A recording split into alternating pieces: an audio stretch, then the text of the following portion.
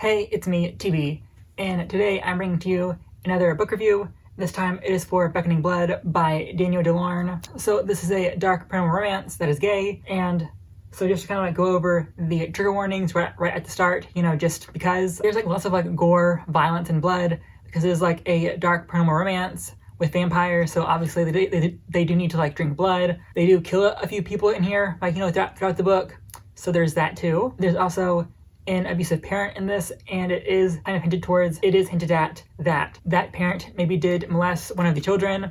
It's not like directly said, but I think it's like pretty like obviously hinted towards, I guess. It's nothing like explicitly like that, I guess, but it is there and it's kind of like hinted at anyway. And there's also a rape scene towards the like very end. It is through the perspective of like the POV. You're not supposed to like, he's supposed to be like the bad guy, but just so you know it's there. And that rape scene is explicit, because I guess just to show like how evil that character is, maybe.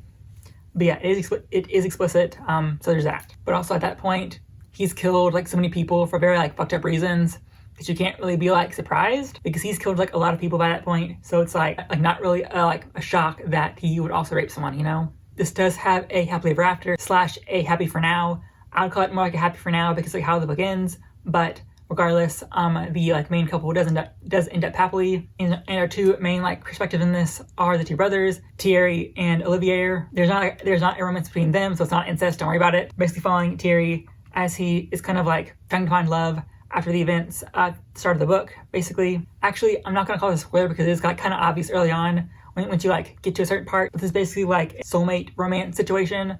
There is also that, and this book is kind of split into 3 sections. And that is the medieval era, where Thierry and Olivier are kind of like born and they live as humans. And then there's like this 17th century era, or kind of like see like a glimpse into their lives in it and how like kind of like they lived throughout history.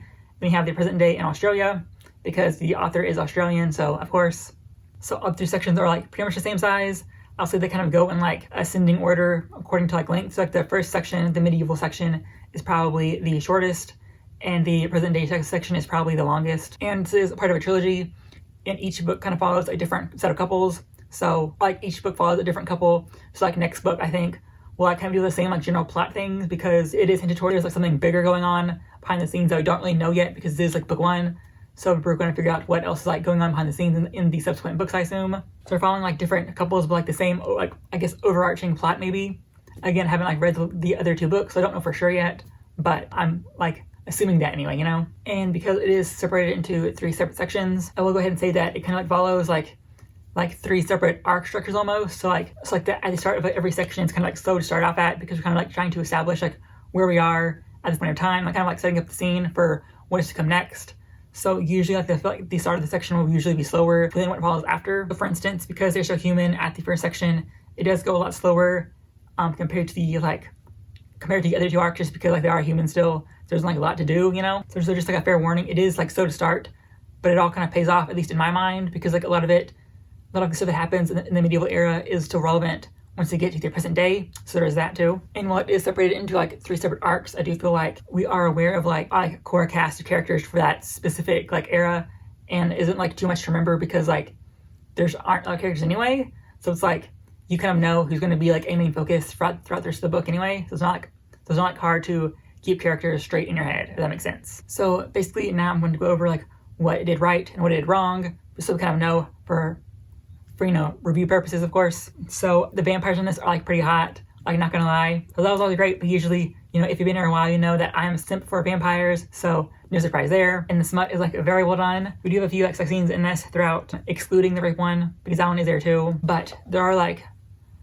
probably close to 5 sex scenes in this. I've had to like guess off the top of my head. They're all like, I wouldn't say long, but they are like more than a few paragraphs, I guess. Like they don't overstay their welcome, but they are also like long enough so it like feels like something actually happened, like it isn't a fade to black usually. So there's that. And I feel like it did a very good job showing off like how the 2 brothers are very like, how they are like, they get along because they're brothers, but they also kind of like have their own disagreements with each other. I should probably say that Olivier does have like really fucked up feelings for his brother, because of course he does, because he's evil, of course. So there's that, but nothing happens between them, so don't worry about it. And even though like I said before, it is separated into 3 separate arcs, even like minor character deaths that happen like early on still hurt a lot. Like you become very attached to these characters like very early on. I was still in arc 2, and I was kind of hoping that it would just end like happily right there, and it didn't, and I got hurt because like I was very attached to like how things were kind of like panning out at that moment in time. So when things did not go well, because I think arc 2 ends at the halfway point maybe, it hurt a lot. So yeah, obviously the author did a good job of like making me attached to these characters, even when it is obvious that, you know, they're not gonna last very long, you know. And I do feel like the way characters react to certain things makes sense when like stuff happens. Obviously our two main characters are vampires, and a few people do kind of figure that out over the course of the novel. And their reactions make sense. They aren't usually all like hunky-dory about it, you know. There is usually a lot of like shock and awe, I guess. Or not really awe, but like shock mostly, you know. And when it comes to like the historical settings, because obviously do take place in the medieval era, in the like 17th century, I think, or the 16th, somewhere around there. I do feel very like grounded in that specific time period, so you don't get like confused on like when it takes place. I just really feel that you are in that specific time period, so it is also like a great thing, you know. So this was a 5 stars for me, so there is not like a lot it did wrong in my eyes anyway. However, I will say that, like I said earlier, the like 3 arc structure is still kind of like weird at first. Like it takes a while to get used to like why things are going out the way that they are. But again, it makes sense as we kind of progress as to why we had to learn the things we did early on to make like the latter half make sense, I guess. And I think that if like you have to spend so long kind of like setting things up early on, so like the later arc can kind of like go faster. So for instance, while they started at arc 2, it might be kind of like slower, I guess. When it comes down to like arc 3, we don't have to spend as long kind of like going through the motions, because you kind of already know like this is how they act. So we kind of like skip all of that to get straight to the action. So personally, I get why it would be slower, kind of like, or why it would put people off, but I feel like it does pay off in the end. And since I do like kind of like soulmate, you know, past life stories, I was fine with like the 3-act repetition thingy, because like I like that, seeing that in like past life romances, how like they die and they kind of like come back together again, and they die and come back together. So it was fine for me. Obviously people would not agree with that. That's kind of like how I was okay with it, because like I knew it's gonna like come back together anyway. That's kind of cool with it, you know. So it's all I really have to like critique about it, because like, again, like I really liked it. I get 5 stars, so like I don't have a lot to say that was like bad about it. Obviously it is dark, and a lot of like fucked up shit happen in this. So like the death scenes are not like skipped over at all. Like you do get like the full force of these deaths happening. You will get angry at various points, like how things are playing out. But it is a dark romance, so you know you should be kind of like expecting that at this point, you know. So yeah, that's all I have to say about this book. So thank you for watching. If you like this video, subscribe, like, share, all of that. Hopefully I will see you next week.